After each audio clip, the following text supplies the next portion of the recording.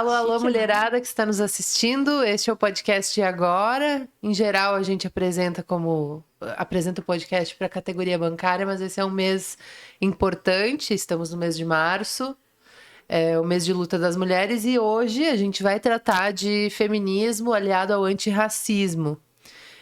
Vamos conversar um pouco sobre feminismo interseccional, aliado à prática antirracista, à luta antirracista. Eu me chamo Laís Escher, eu sou jornalista, vou conduzir a nossa conversa por aqui e quero apresentar para vocês essas mulheres incríveis. A gente já estava gastando a palavra aqui, conversando antes do programa. Vamos falar hoje com a Carla Zanella, que é coordenadora da Escola de Formação Feminista e Antirracista Emancipa Mulher. Bem-vinda, Carla. Muito obrigada, é um prazer estar aqui com vocês. Temos também a Vivi Pereira. Vivi ou Vive? Agora eu não sei. Viviane Pereira. Viviane. Presidente do Sindicato dos Funcionários das Escolas Públicas. Muito bem-vinda. Obrigado, agradecer pelo espaço, agradecer a Cláudia pelo espaço, agradecer tudo, Laís, aí, pelo espaço também, a Carla, que é uma grande companheira de luta, e o companheiro ali que está atrás dos bastidores ali, né, coordenando aí o podcast aí para nós. E temos aqui a Cláudia Estela Rodrigues Santana de Rezende, a nossa diretora da pasta de Juventude e Gênero aqui do Sindibancários. Muito obrigada, Cláudia, por esse movimento de trazer esse assunto, de fazer essa movimentação e trazer essas convidadas aqui com a gente. Obrigada, Laís. Obrigada, Vivi. Obrigada, Carla. Eu fiquei muito feliz que elas aceitaram esse convite, porque eu acho que nada melhor para falar sobre feminismo do que falar sobre o feminismo e o antirracismo, né, na sociedade que a gente está. Eu acho que é uma pauta extremamente importante e não podia ficar de fora do mês de março, né, do mês das mulheres. Temos aqui dois exemplos muito interessantes de mulheres que militam, que estudam, que formam pessoas, que contribuem para que a sociedade caminhe. Eu queria muito ter tempo dentro do podcast para a gente apresentar e conversar sobre as experiências de cada uma, que a gente já estava falando, mas são práticas tão aliadas, assim, né, a vida dessas mulheres com a luta delas, que conforme as perguntas que a gente for fazendo aqui, né, elas vão conseguir nos contar um pouco delas. Viviane estava falando um pouco sobre o seu trabalho como servidora pública. Sim. Contando que tu está atuando nesse momento, é presidente do sindicato, mas está nesse momento de volta à escola, né? Como a gente chamava, eu pelo menos chamava na minha época da escola, a tia da limpeza. Isso. A servente em alguns lugares. Conta um pouco como é que tá sendo esse momento de retorno, que foi bem interessante algumas coisas que tu contou para nós, assim, né, desse espaço da sala de aula, da escola. Como é que tá sendo ver isso tudo de novo? Bom, então, é muito importante, assim, e para mim é muito gratificante esse retorno de novo para a escola. Estava em mandato classista, né, há 4 anos, estava sentindo muita falta da escola, né? O ambiente escolar é um ambiente que, para mim, remete muita esperança, sabe? Essa palavra, muita esperança, né? Os adolescentes, os alunos, as crianças, eles têm muitos sonhos. E sonhos que devem ser fomentados, né? Sonhos que devem ser estimulados, né? E é uma força, eles têm uma força, uma energia, assim, né? As crianças, principalmente, são muito verdadeiras, o abraço é verdadeiro, quando te entrega uma flor, né? Então, eu gosto muito de gente, e eu gosto muito de criança também, gosto de estar sempre nos corredores conversando com os adolescentes, porque eu agora estou numa escola de ensino médio e ensino técnico também, então eu falo com os adolescentes, né? Converso, interajo muito com eles, e são adolescentes que estão muito na luta aí, né? Trabalhando, né? Aí chegam do trabalho, vão direto para a escola, né?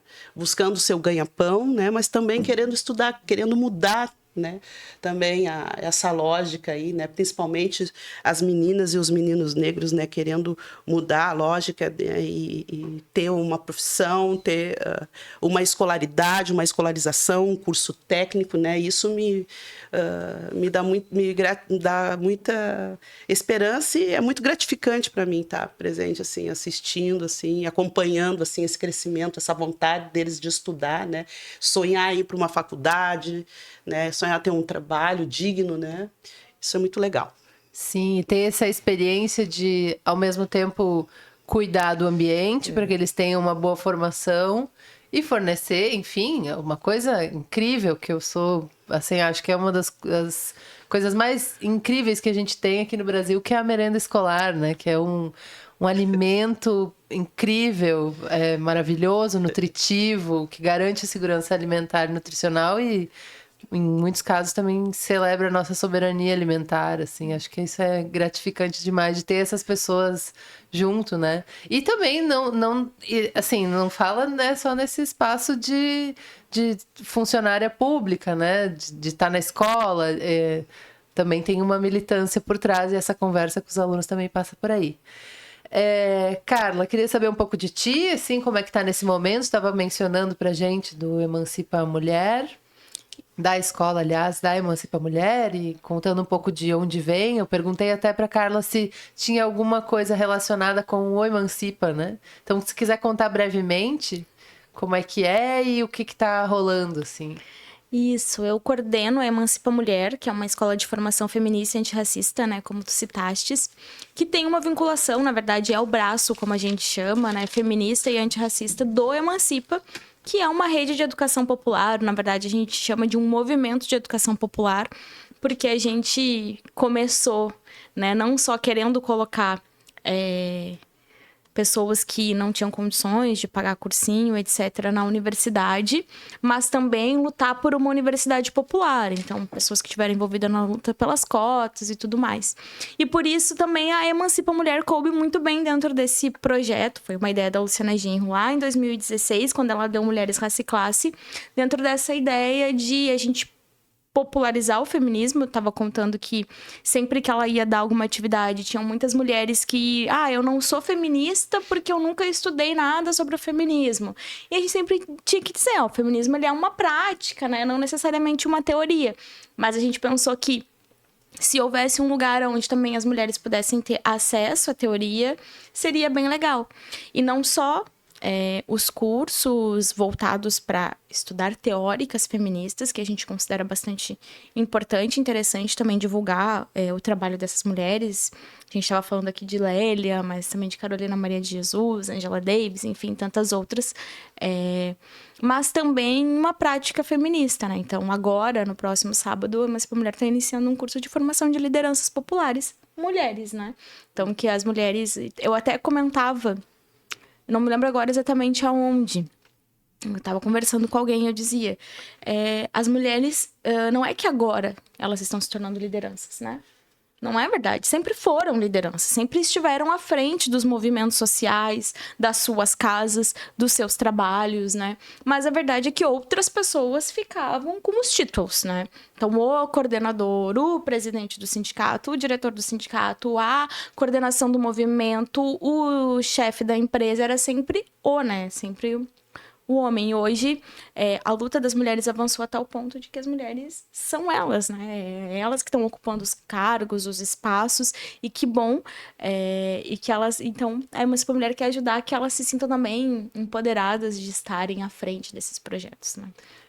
Queria trazer uma colocação para vocês, assim, entender e que a gente conversasse juntas mesmo para entender o impacto da interseccionalidade que a gente estava mencionando, né? Comentaste sobre esse termo, quando surgiu e tal. Qual o impacto da interseccionalidade nessa luta, nessa busca por equidade de gênero, raça, também as outras... as comunidades, os povos minorizados em direitos, muitas vezes, né? Os LGBTQIAP+, enfim. De que forma a gente pode... conectar isso com todas essas pautas, enfim, queria ouvir um pouco de vocês, assim, de que em que pé estamos, né? Porque uns anos atrás as coisas já ainda eram um pouco diferentes. Avançamos, não avançamos, enfim. Queria ouvir vocês em alguma medida nesse assunto. Particularmente, eu acho que a interseccionalidade, ela foi a gente assumir, na verdade, o movimento interseccional, né? Eu dizia que o termo interseccionalidade surge no final da década de 80 e é do direito, né? Que a Kimberly Crenshaw, ela identificou que os juízes, é uma advogada norte-americana que identificava que os juízes julgavam de maneira diferente mulheres negras periféricas. Então, ela vai fazer essa crítica ao judiciário norte-americano, pedindo um olhar interseccional, né? Porque é possível você julgar um homem branco rico da mesma maneira, né? O cara que roubou milhões, sei lá, de uma conta bancária de alguém que roubou um pão para comer, né? Então, ela vai fazer essa crítica. E, bom, e aí a interseccionalidade, Patricia Hill Collins, enfim, depois o pessoal vai... Outras mulheres negras vão se apropriar desse termo para desenvolver inúmeras, né, outras teses sobre isso.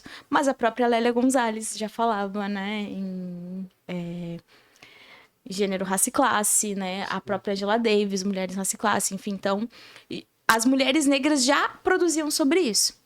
Hoje em dia, com o avanço da luta e cada vez mais, até também dizia, as mídias sociais, né, as redes, a propagação do termo,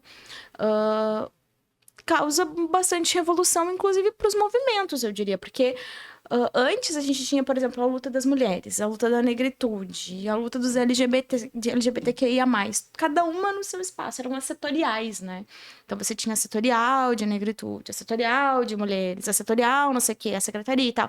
Não que não devam existir, que bom que elas existam, que bom que existem as pastas, mas a interseccionalidade, ela surge nos ajudando a perceber duas coisas. Primeiro, isso que a Kimberly, lá quando lança o termo, já observava.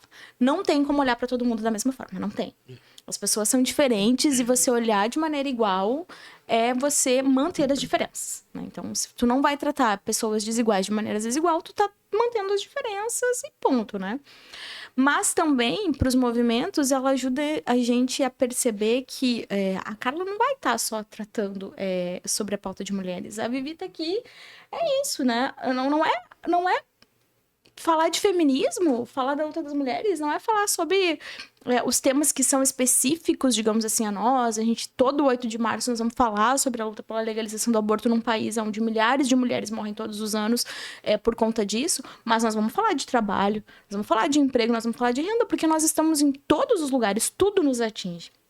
Então, a interseccionalidade, ela muda não só esse olhar da sociedade sobre as pessoas, que muito embora eu acho que a gente avançou, mas ainda falta muita coisa, né? Desde os atendimentos de saúde pública até as próprias escolas, enfim, acho que tem muita coisa para avançar, e sem falar no privado, né? No mundo privado, no mercado de trabalho privado, não tem comparação, né?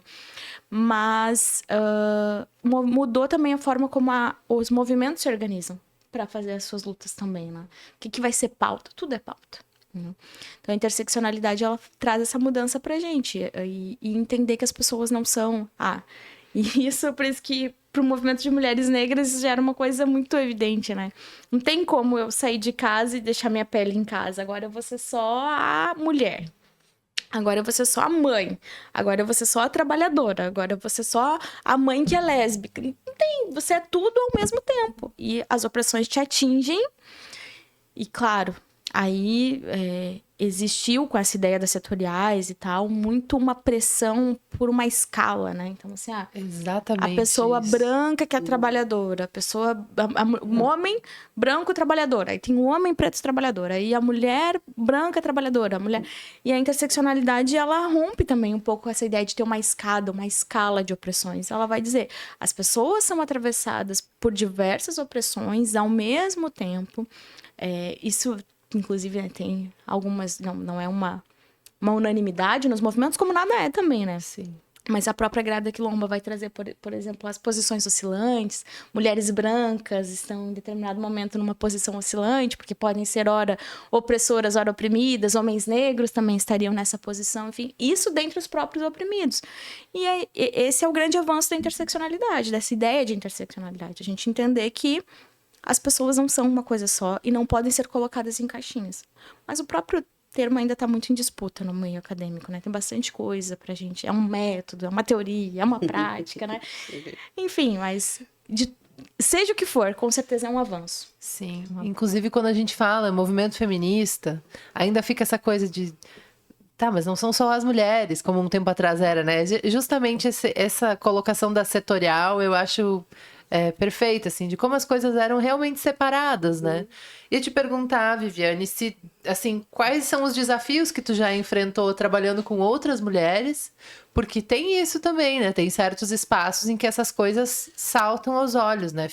Ficam mais evidentes, né? Quem são as mulheres negras e em que posição estão? Quem são as mulheres brancas e em que posição estão? Né? Eu acho que tem essa questão... Enfim, tudo se dissolve um pouco, né? Existe algum desafio, assim, que tu vive hoje que já foi muito pior? Alguma coisa nesse sentido, assim, do que o movimento... como te alcançou e como segue te alcançando e te prejudicando, eu falo, né, todas a tua representação sindical, enfim, nesse sentido, né? A interseccionalidade, ela é um conceito, né, teórico, né, e que também busca compreender as diferentes formas de opressões. Né? Então tem várias, elas são imensas, né? Tem o capacitismo, tem o sexismo, tem a questão de gênero, questão de raça, o etarismo agora também, né? Que está muito forte aí. São vários. Então acho que é ainda uma construção ainda para compreender esses agentes, todas essas formas, né? E como isso me atravessa? Isso me atravessa de uma forma assim muito positiva, mas ainda em construção, né? Porque existe a especificidade. Ela existe no meu, assim, na minha forma de ver e de compreender. Existe uma especificidade, porque as mulheres negras têm uma especificidade, né? As mulheres trans têm a sua especificidade, né? Só que nessa fusão, né? Nessa união, né? De todos essas formas bárbaras, violentas de opressões, se consegue tirar ali, meio que, não universalizar, não sei a palavra certa a usar, mas acolher aquilo como uma forma, assim, de grupo, assim, né, a ser representado, assim, né? Então, aquilo se torna um grupo com as suas especificidades, mas também com muitos fatores parecidos e iguais.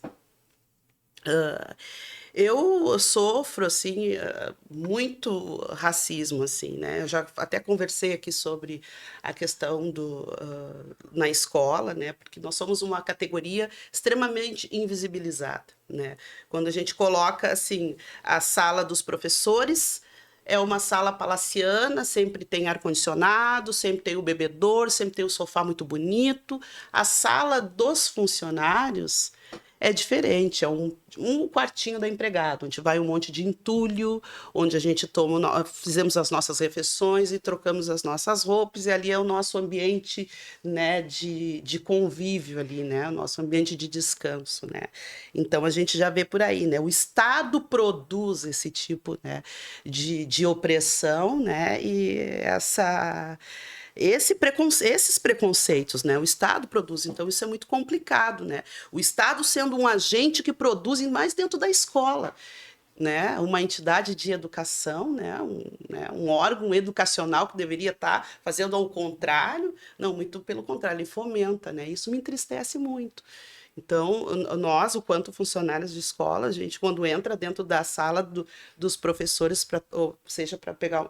A gente é olhada diferente, assim, porque diz, esse ambiente aqui não é o teu é lá embaixo, no porão. Né? Então, é bem complexo, já começa por aí, né? Então, a gente sabe que nós ali somos, né? Nós não fazemos parte daquele... Né? E são todos trabalhadores, né? Eu vejo dessa forma, né? Somos todos trabalhadores e trabalhadoras, estamos ali, né? Não existe casta, né?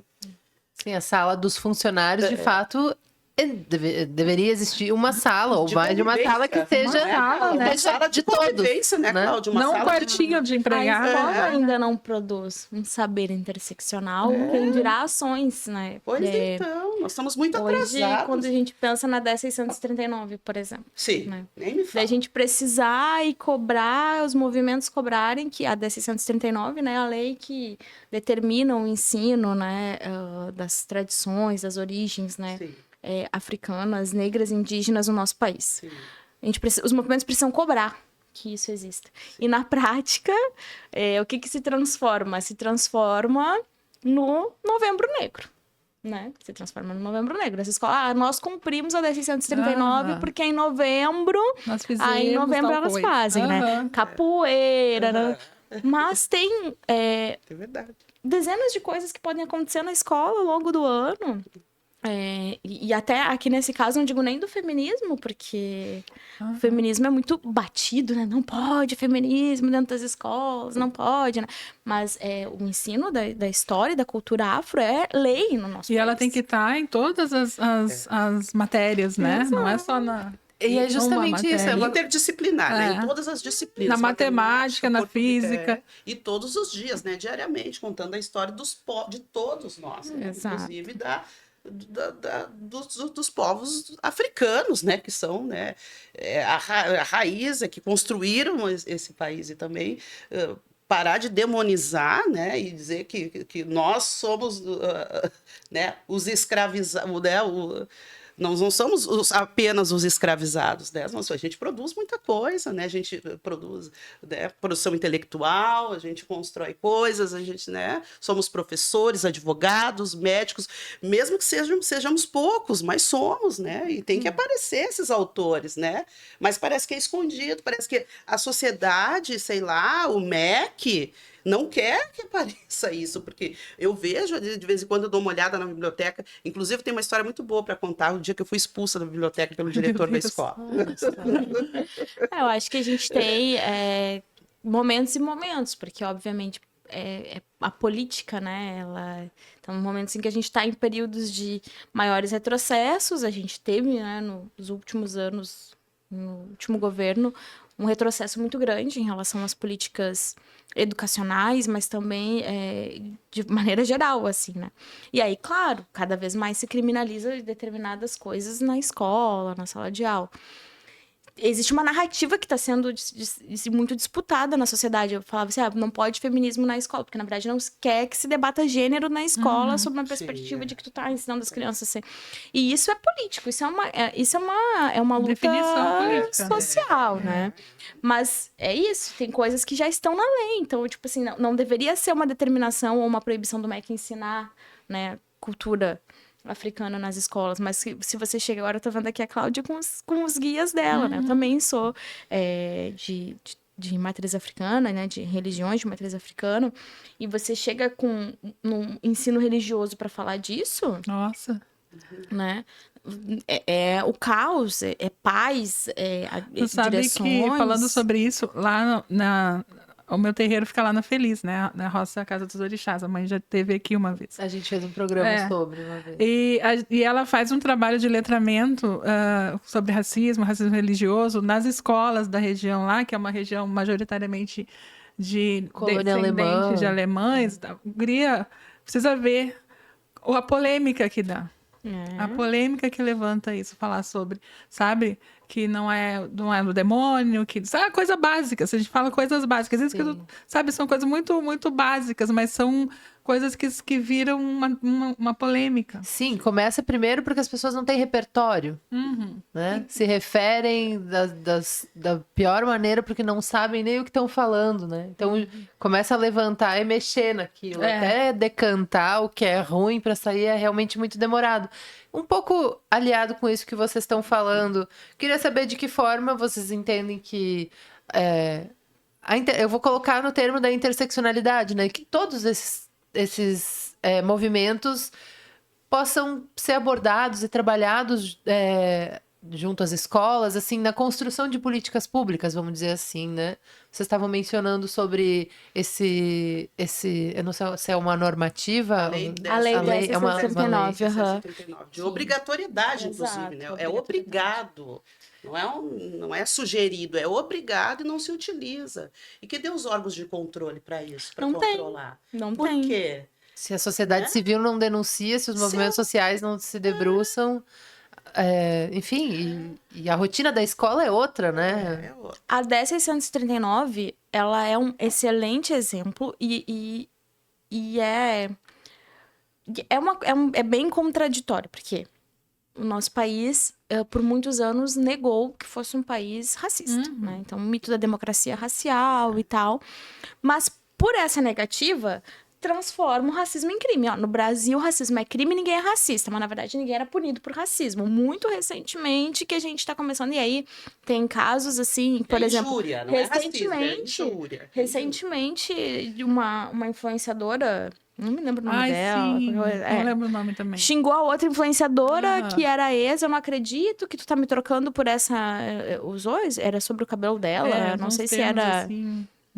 Coca. Não sei, assim, que ela era uma mulher, né? Tem um cabelo afro. Enfim, termos absolutamente racistas. Isso, Bota no Google, eu não vou lembrar o nome dela. Mas isso aí recentemente. Sim, foi. Mas que... E já saiu, né? Foi negado. E ela foi declaradamente racista e não foi indiciada como racismo. Então, isso, eu trago isso porque, assim, a 10.639, ela passou sem grandes contestações, mas ela já tem mais de 10 anos? 21 anos, né? Já tem 21 anos em que ela não é aplicada e que não tem ninguém que fiscalize. E aí, quando a gente vai para isso que eu dizia, né? Nem questão de gênero, porque hoje o gênero, inclusive linguagem de gênero proibida nas escolas e as câmaras combatendo, mas educação sexual. E educação sexual para as nossas meninas é fundamental. É o mínimo, é o básico. É você saber que o seu tio, o seu pai, o seu avô, as pessoas que estão dentro da sua casa não podem tocar em você, precisam respeitar o seu corpo. As nossas meninas não sabem, crianças muito pequenas não sabem. E acham que aquilo ali é uma brincadeira. E por conta desse preconceito, desse combate... ao feminismo e, na verdade, a vida das mulheres de maneira geral.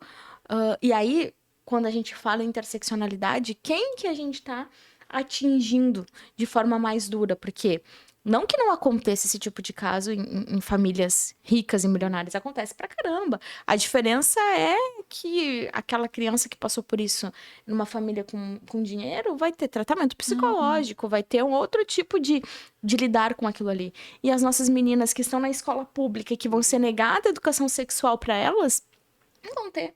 Né? Hoje em dia não tem tratamento psicológico no SUS para você conseguir acessar. A gente brinca muito hoje em dia, né? A porta do CAPS e não sei o quê. É um serviço essencial, na verdade, e que para te acessar é bem complicado. É bem complicado. Então, a escola, ela tem um papel fundamental. E aí a gente falava, né? Tu estava falando antes da merenda, que garante a segurança alimentar. A escola, gente, a gente ter alcançado praticamente a universalidade da educação nos ensinos iniciais é algo fantástico. É algo fantástico porque tem a merenda, né? Porque tá num lugar seguro. Claro, a gente sabe que tem todos os problemas, é um lugar seguro, né? Ajuda não só aquela criança no seu desenvolvimento, mas também as mães, né? No movimento feminista a gente fala de creches, restaurantes públicos, lavanderias públicas, a gente está muito longe disso, para que as mulheres possam ter uma vida plena. E pelo menos a criança indo para a escola, ela está tendo minimamente no dia uma refeição saudável, né? E a gente tem um espaço onde as crianças estão obrigatoriamente todos os dias, educação universal, e que é desaproveitado. É desaproveitado muitas vezes no antirracismo, é desaproveitado no combate à violência sexual, à violência de gênero, porque existe grupos que se organizam para impedir isso. E aí, só para concluir, não acho que a culpa disso seja dos professores ou das professoras, né? Porque já os currículos universitários, estão mudando. Que a gente tá... E são jogados nas escolas com faça um milagre, né? A gente precisaria de muito mais psicólogos, assistentes sociais, os servidores muito bem remunerados, enfim, então óbvio que não é culpa de uma classe, mas que nós poderíamos estar aproveitando muito mais o ambiente escolar, com uma educação interseccional, com combate a violências, opressões, sem dúvidas. Só para fazer um gancho aqui sobre a questão da educação sexual dentro da escola, né? Nós, os servidores de escolas, as funcionárias de escolas, as serventes de escola, nós é que identificamos os abusos sexuais. Sim. Quando a gente vai limpar os banheiros e a gente vê uma criança sangrando, isso é muito triste. E é muito mais comum do que vocês imaginam. Eu chego assim, eu tenho vontade de morrer, sabe? Sabe? É muito, muito triste. E a gente tem que levar isso para a direção. A direção chama os responsáveis, conselho tutelar, mas isso é muito comum. É mais comum do que vocês imaginam. Banheiro de meninos, banheiro de meninas, a gente vê quando a criança está sangrando. Então, a importância do nosso trabalho, até como um agente de fiscalização, de cuidado dessas crianças, né? Porque até o nosso psicológico também, sabe? Eu ia justamente mencionar isso. Que essas pessoas que estão nesse acolhimento é um serviço não remunerado que vocês fazem. Claro que é importantíssimo, não que tenha que ser remunerado para preservar essas crianças, mas vocês estão sem... muitos servidores não têm a busca pela informação.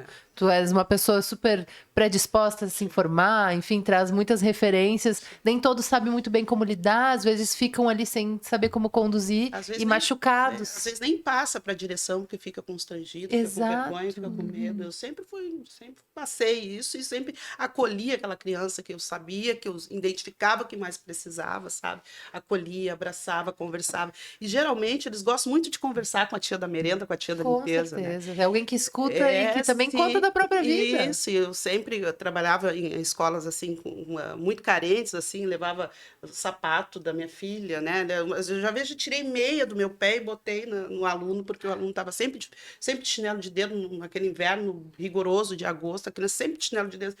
Eu ia lá e botava a meia na criança, assim. Então é um serviço. Sim, é a pessoa de fato que vê e faz a atenção. A gente tem a assistência social, que faz a atenção básica, enfim.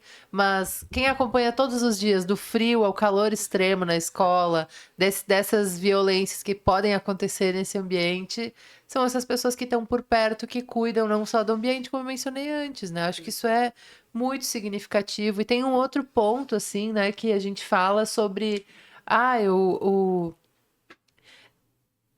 tem essa disputa, né, de quem vai falar pelas crianças, né? A gente vê bastante isso, assim, que vamos preservar as crianças do feminismo. Só que isso já é uma forma de justamente calar elas, né? E são, em específico, as crianças, os adolescentes também, mas ainda se conseguem se manifestar um pouco mais. Mas as crianças são quem fala por elas, né? Quem decide por elas, né? Então, esse tipo de ação, de fato, é muito importante. Vai dar independência, autonomia, vai criar consciência nessa criança para que ela possa decidir sobre o que ela quer fazer, né? E é muito moroso esse processo, de fato, né? Eu acho que são aqueles que são mais, assim, alguém fala por eles, né? Eu acho que isso é muito significativo, importante ter, de fato, formação, ter atenção para essas pessoas, pequenas, grandes pessoas. Bom, a gente não tem mais muito tempo, mas queria saber se vocês têm mais alguma coisa, muitas. Quero ouvir tua história da biblioteca. Eu também ia falar isso, eu quero ver a história da biblioteca. Vou ficar passada. E quero saber... Ela não esqueceu. Ela não pode ser pública. Não, essa vai ser pública. Então conta aqui pra nós. Né? Enquanto a Viviane vai contar pra nós a história, vocês vão pensando se vocês querem compartilhar mais alguma coisa. A gente teria mais outros assuntos pra falar, mas isso também pode ser um convite para vocês voltarem em outro momento, né? Claro, porque esse programa sempre acontece, não é só no 8 de março. A gente pode combinar, claro. Exatamente. Conta para nós. Então, eu estava acabando a faculdade, sou formada em gestão de turismo. Estava acabando a faculdade, uma determinada escola, bem pertinho aqui na frente do Palácio da Polícia. Então, Um belo dia, eu sempre fazia as minhas provas, os meus trabalhos dentro da biblioteca, porque a bibliotecária, a professora da biblioteca era minha amiga, né? Eu tinha uma relação, assim, muito próxima com ela, assim. E ela me perguntava, Vivi, o que que tu tem hoje? Tu tem alguma coisa? Tu tem alguma prova? Ela queria me ajudar, porque tem professores maravilhosos, né? Tem professores que têm, né, vocação para lecionar, para ensinar, para transmitir o conhecimento. Ensinam né? fora da sala de aula, especialmente. Sim, Né? tem gente maravilhosa, né? Mas infelizmente a grande maioria não é. Infelizmente. Então ela deixava assim, ó, deixei tal livro para ti, tá lá, sabe? Só no horário do meu intervalo, no interturno, porque o servente da escola tem todas as chaves da escola. Tu tem que entrar para limpar, né? Inclusive da sala da direção, da biblioteca e tudo. Então, né, no interturno, no horário do meu intervalo, eu entrava dentro da biblioteca e pegava ali os livros e fazia os meus trabalhos, as minhas tarefas, né, para entregar, né, na faculdade, né, para acabar, e estudava e tal. E o diretor ficava observando da sala dele pelas câmeras, que tinha câmera na biblioteca. Um determinado momento, um dia, assim, ele chegou muito bravo, porque já não estava aguentando mais aquela situação de que eu estudasse dentro da biblioteca. Ele chamou uma colega e disse assim, tu tira a Viviane lá de dentro da biblioteca, porque lá não é o lugar dela. Olha só. Gente, ele falou Aí a isso. colega veio toda nervosa, né? Toda nervosa, bateu na biblioteca, assim, Vivi. Eu disse, o que que foi? O diretor, o vice-diretor da noite disse que é para te sair da biblioteca, porque ele disse que aí não é o teu lugar. Aí eu tive que ir lá, daí eu fui lá falar com ele. Eu disse assim, o meu lugar é em qualquer lugar, onde eu quiser. E eu vou te mostrar onde é que é o meu lugar. Tu vai ver onde é que é o meu lugar. Tu ainda vai me ver muito por aí. E depois ele me impulsionou a lutar, assim, e me candidatar, inclusive, a presidente dessa entidade. Então ele foi, sabe? Sim. Mas, assim, as violências são terríveis, né? É bom que consegue rir e contar hoje isso, né? eu estou rindo da situação, né? Mas foi uma situação que eu saí chorando, peguei, né, xinguei, falei umas coisas para ele, peguei a minha bolsa aquele dia, fui para casa, não tive mais condições de trabalhar. Nossa, Sim, claro. possível. Mas são essas violências, claro, que transformar isso tem que ter um rebolado, né? Mas assim. Na hora não dá, na hora é muito violento, né? Eu acho que esse exemplo da Vivi, assim, ele é excelente pra gente dizer, né, por que a gente precisa do movimento feminista, por que a gente precisa dos movimentos antirracistas, anticlassistas, porque a forma como a sociedade é estruturada, ela é para reproduzir lugares. Então, o tempo todo a sociedade reproduz lugares. Eu tô aqui super constrangida, na verdade, né? A gente fica nervoso de estar com o microfone, as luzes, a câmera, porque frequentemente nos ensinam que esses não são os nossos lugares. A gente, é aquilo que eu dizia, vai ser a coordenação, vai ser não sei o que, né? Tu aprende que esses não são os teus lugares. E quando a gente... E claro, não que as mulheres precisem dos movimentos para fazer isso, ou né, as pessoas negras precisem dos movimentos para fazer isso, porque sempre fizeram, né? Sempre lutaram e enfrentaram. Mas os movimentos nos ajudam a ter força para passar por isso. E a golpear com mais força esse tipo de atitude, né? E, inclusive, não golpear ele só na questão individual. Porque, como tu disses, depois esse mesmo diretor foi o cara que te impulsionou a disputar outros lugares. Ele mesmo já estava com uma lógica na cabeça dele de uma reprodução que ele nem questionou. Né? Que ele nem questionou. Mas todas as pessoas que não questionam e que fazem isso no nosso dia a dia nos ensinam o nosso lugar. E os movimentos estão aqui para nos dizer justamente que o nosso lugar é esse, né, Vivi? O nosso lugar é o lugar que a gente quiser estar e que todas, né, as práticas que a gente tenha daqui para frente, e já tivemos também, né, muitas de nós lutadoras, nos ajudem a impulsionar mais mulheres, mais pessoas negras, LGBTQIA+, a terem a força para fazer isso. Mas não só isso, mas também mudar a estrutura da sociedade, né? Eu acho que a gente compreender que do jeito que tá, não dá pra ficar. E eu sempre questiono muito, porque tem muita pretos no topo, as mulheres, um tipo de feminismo que quer que as mulheres sejam CEO. E não é isso, porque não tem topo pra todo mundo, né? O negócio é inverter com a pirâmide mesmo e acabar com essa palhaçada e todo mundo ter direitos iguais. Uma dessas estruturas dessa forma. Exatamente.